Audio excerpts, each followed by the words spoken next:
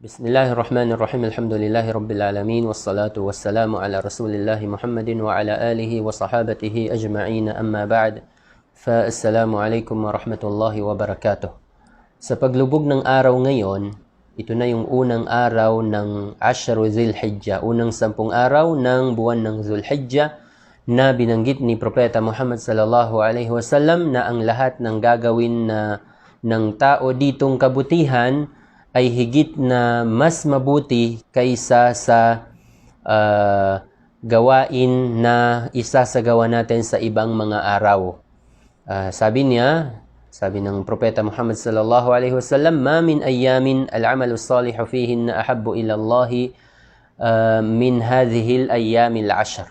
Sabi niya, wala nang hihigit pa sa kabutihan ng mga mabubuting gawain, mga pagsamba na isasagawa natin sa loob ng 10 araw na ito, unang 10 araw ng Dhul-Hijjah. So, si Sheikh Al-Uthaymin, sabi niya, yung 2 rakaah na isasagawa mo dito sa loob ng 10 araw na ito ay much better than kung ito'y isasagawa mo sa last 10 days ng Ramadan. Okay? So, malinaw na kahit mismo yung huling 10 araw ng Ramadan ay higit na mas lamang itong unang 10 araw ng Dhul-Hijjah. So, nangangahulugan na tayong mga mananampalatayang Muslim, alam natin na ang mga ginagawa natin dito sa mundo ay hindi rin gaano karaming kabutihan. Nahahaluan din ito minsan ng mga kasamaan. Kaya nararapat na samantalahin ang mga ganitong mga pagkakataon ng mga mabubuting gawa. Babanggitin ko ngayon ang iilan sa mga kabutihan na nararapat nating gawin sa mga ganitong araw. Unang-una, pag-aayuno. Okay? Pag-aayuno sa loob ng mga araw na ito. Itong pag-aayuno, pagdating sa unang 10 araw ng Dhul-Hijjah, ang pag-aayuno rito, ang sunnah, ay mula sa unang araw, ibig sabihin bukas, July 22, 2020.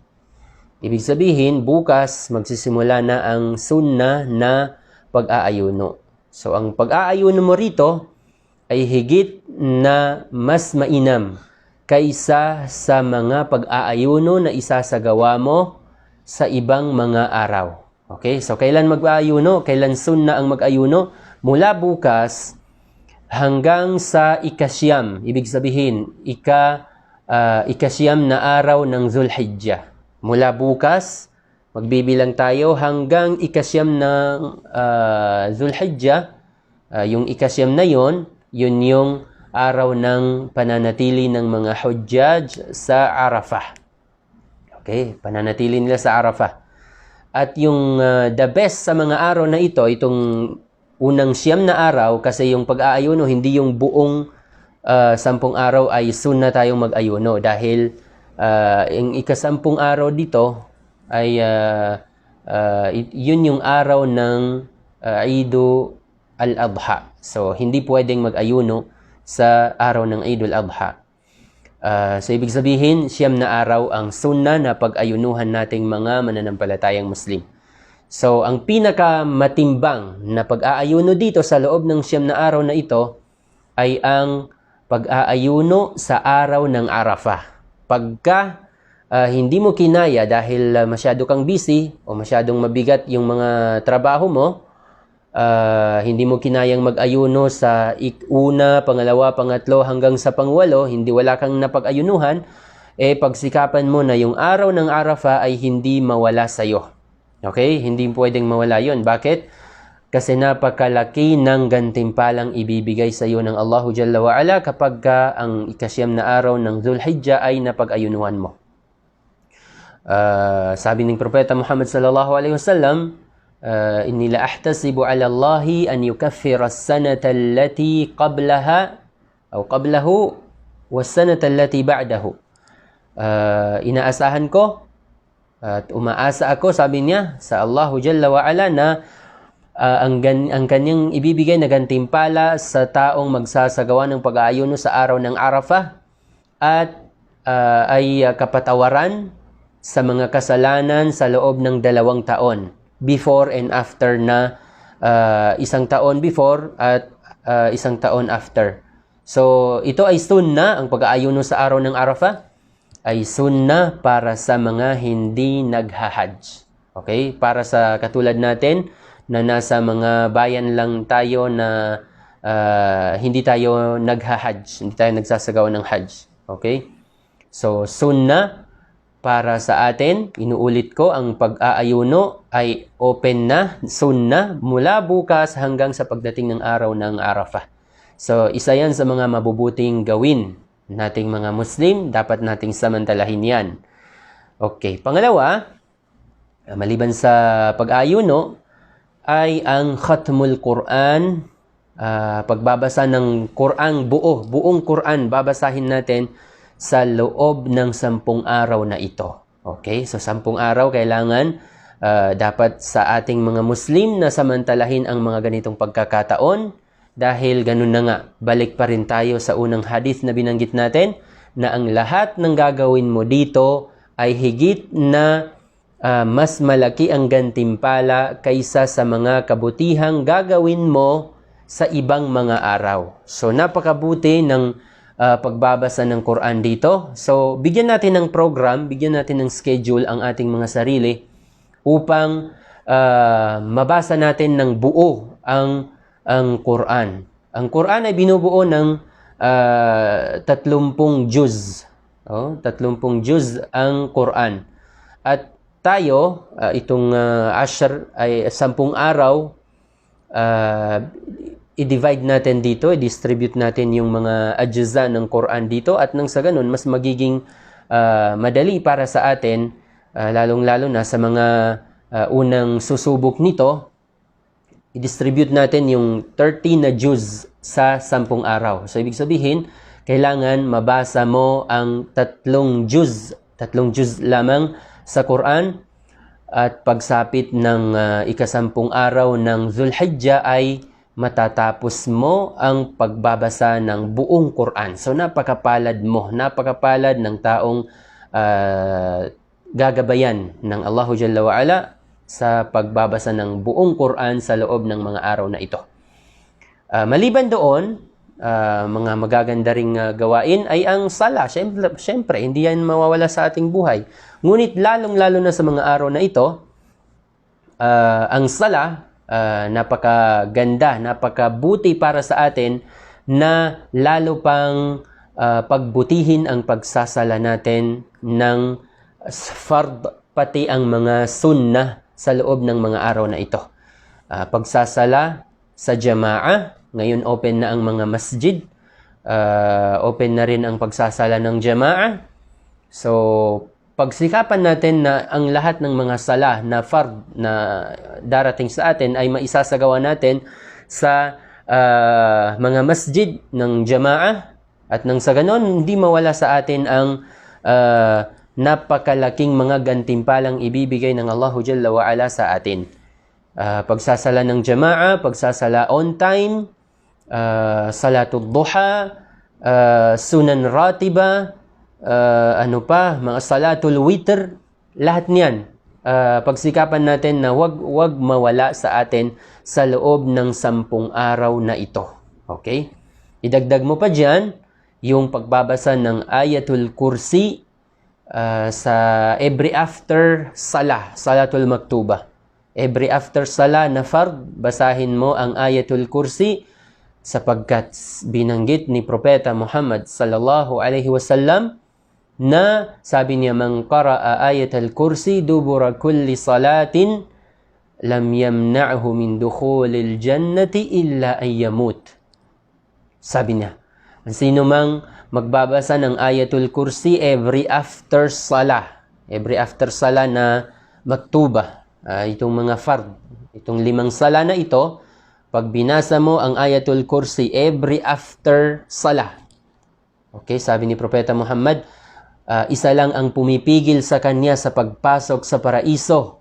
Yun ay ang hindi pa siya namamatay. Ibig sabihin, pag ang tao binasa niya ang Ayatul Kursi pagkatapos niyang magsala, and then doon nataon yung qadar niya, doon nangyari yung pagwawakas niya, doon siya namatay, makakapasok siya sa paraiso. Ganun kalaki ang gantimpala ng mga napaka-simple na mga gawain. Okay, maliban doon, at ito yung babanggitin kong huli ngayon dahil sa mga next nating videos, daragdagan pa natin ang mga tips, mga magagandang gawain, magagandang gawin sa loob ng 10 araw na ito. Ang sadaka. Okay, ang sadaka. Anong ibig sabihin ng sadaka? Ang sadaka ay ang mga ibibigay mong tulong sa ibang tao, kawang gawa, magbibigay ka ng pera, magbibigay ka ng pagkain, magbibigay ka ng ano pa mang makakabuti sa kalooban at panlabas ng ibang mga tao. Okay? Tulong sa ibang mga tao na magiging dahilan para maging magaan para sa kanila ang kahit isang araw lamang sa kanilang mga pamumuhay. Okay, sadaka, pagbibigay ng sadaka, kawang gawa, pera, kung meron. At kung wala, ang sadaka ay napakarami ng paraan para makamit mo ang ajr, ang gantimpala ng tinatawag na sadaka. Napakarami. Sa panahon ni Propeta Muhammad sallallahu alaihi wasallam, nagreklamo ang mga masakin, ang mga fukara. Dumating sila kay Propeta Muhammad sallallahu alaihi wasallam, sabi nila, "Ya Rasulullah, dhahaba ahlud duthuri bil ujur. Yusalluna kama nusalli, wa yasumuna kama nasum, wa yatasaddaquna bi fuduli amwalihim." Sabi nila, "Ya Rasulullah, talagang talo na kami, huli na kami, napag-iwanan na kami ng mga mayayaman. Nagsasala kami, sila nagsasala rin. Nag-aayuno kami, yung mga mayayaman nag-aayuno rin. Wa yatasaddaquna bi fuduli amwalihim." Pero sabi nila, pagdating sa sadaka, sila, yung mga mayayaman, nagsasadaka. Pero kami, wala kaming maibigay. Wala nga kaming pera, wala, mga fukara nga kami eh. So, sagot ni Propeta Muhammad sallallahu alaihi wasallam, "Awalaysa qad ja'ala Allahu lakum ma tasaddaqun?" Hindi ba't sabi ni Propeta Muhammad sallallahu alaihi wasallam, hindi ba't ang Allah binigyan na niya kayo ng paraan para kayo magbigay ng sadaka? "Inna bikulli tasbihatin sadaqah, wa bikulli tahlilatin sadaqah, wa kulli tahmidatin sadaqah, wa kulli takbiratin sadaqah, wa amrin bil ma'rufi sadaqah, wa nahyin 'anil munkari sadaqah, wa fi bud'i ahadikum sadaqah." Sabi ni Propeta Muhammad sallallahu alaihi wasallam, kabilang sa mga paraan para kayo ay makakamit ng mga sadaka, kayong mga mahihirap, wala kayong maibigay na pera, isang tasbih. Pagsasabi mo ng isang beses ng Subhanallah, yan ay consider na sadaka. Ang ajr niyan ay para kang nagbigay ng sadaka.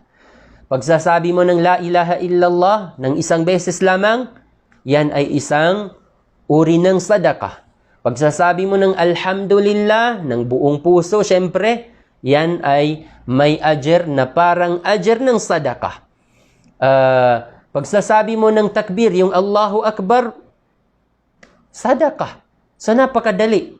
Napakadali nating makakamit ng ajr ng sadaka. Pagsasabi mo pala ng Subhanallah, Alhamdulillah, La ilaha illallah, Allahu Akbar, meron ka ng sadaka. So, walang rason para hindi tayo magkaroon ng sadaka. Pagbabawal mo sa ipinagbabawal, yan ay sadaka. Yung pag-uutos mo sa mga ipinag-uutos, mga makakabuti na ipinag-utos ng Allahu Jalla wa Ala, yan ay uri ng sadaka. Tabassumuka fi wajhi akhika sadaka. Pag nagkita kayo ng kapatid mo at binigyan mo siya ng smile na hindi ka plastic ang smile, yun ay sadaka. So napakarami pala ng paraan na para tayo ay magkaroon ng sadaka. Kahit wala tayong pera, pwede kang magkaroon ng sadaka. Okay. Yung tao na naghahanap buhay para sa kanyang pamilya. Si Propeta Muhammad sallallahu alaihi wasallam, sabi niya, "Innal muslima idza anfaqa ala ahlihi wa huwa yahtasibuha kanat lahu sadaqah." Sabi niya, ang isang taong Muslim na naghahanap buhay, ginagastusan, gumagasta siya para sa kanyang pamilya, and then wa huwa yahtasibuha, inaasahan niya na ang Allahu Jalla wa Ala ay bibigyan siya ng gantimpala sa paggastos niya para sa kanyang pamilya. Okay? Yun yung kondisyon doon. Wa huwa yahtasibuha. Kapag ang paggastos mo sa pamilya mo, inaasahan mo na gagantimpalahan ka ng Allahu Jalla wa Ala. Kapag ganun ang sitwasyon mo, gagantimpalaan ka ng Allahu Jalla wa Ala sa bawat ginagastos mo sa pamilya mo na parang ikaw ay nagsadaka. Okay, wala kang mairarason para hindi ka makapagsadaka. Sabi pa niya, dinarun anfaqtahu fi sabilillah, wa dinarun anfaqtahu fi raqabah, wa dinarun anfaqtahu ala miskin, wa dinarun anfaqtahu ala ahlika. Okay? Yung apat na bagay na apat na uri ng sadaka binanggit ni Propeta Muhammad sallallahu alaihi wasallam, pera na ginastos mo para sa landas ng Allah. Pera na ginastos mo para sa pagpapalaya sa alipin. Noon yon, kasi ngayon wala nang alipin. Pera na ginastos mo pang tulong mo sa isang nangangailangan. At pera na ginastos mo para sa pamilya mo. Sabi ni Propeta Muhammad sallallahu alaihi wasallam, "A'zamuha ajran alladhi anfaqtahu ala ahlik." Itong apat na ito, ang pinakamalaking gantimpalang igagawad ng Allahu Jalla wa Ala ay para doon sa pera na nagastos mo doon sa pamilya mo. So napakalaki ng tsansa natin para tayo ay magkaroon ng marami pang mga mabubuting gawaing sadaka. Okay? So para sa mga mayayaman naman, maluluwag yung budget, napakaganda rin na makatulong tayo sa ibang mga taong nangangailangan. Ma min yawmin. Si Propeta Muhammad sallallahu alaihi wasallam sabi niya, "Ma min yawmin yusbihu fihi al-ibadu illa wa malakani yanzilan. Fayaqulu ahaduhuma, Allahumma a'ti munfiqan khalafa, wa yaqulu al-akhar, Allahumma a'ti mumsikan talafa." Sa bawat araw ay may dalawang anghel na bumababa dito sa lupa at nagdudua, nagdarasal. Ya Allah, sabi ng isa, Ya Allah, ang sino mang magbigay ng tulong sa iba, magbigay ng sadaka, gagastos ng kanyang pera para sa iba, para sa kapakanan ng iba, Ya Allah, bigyan mo pa siya, pagkalooban mo pa siya ng mas marami pa na kapalit ng kanyang ibibigay sa ibang tao. Wa yaqulul akhar, yung isang malaika naman, isang anghel, sabi niya, Ya Allah, yung taong maramot, yung taong kuripot masyado, gawaran mo siya, pagkalubigyan mo siya ng pagkawasak. So, ibig sabihin, talaf, mawawasak yung pag-aari mo, pagmamay-ari mo, o baka ikaw mismo ang tamaan ng dua ng anghel na yon. Ibig sabihin, bawal maging masyadong maramot. Bawal maging sobrang maramot, mga kapatid. So, itong napakaganda na napakarami ng mga kabutihang napakinggan natin ngayon, pagsikapan natin na sanayin ang ating mga sarili na maisagawa. Simulan natin sa Ashru Dhil Hijjah, mula ngayong gabing ito hanggang sa tayo ay nabubuhay, pagsikapan natin. And then, kapag lumipas ang 10 araw na ito, na wala tayong nagawa ni isa sa mga nabanggit natin, sabihin natin sa ating mga sarili, Inna lillahi wa inna ilayhi raji'un. Wassalamu alaikum wa rahmatullahi wa barakatuh.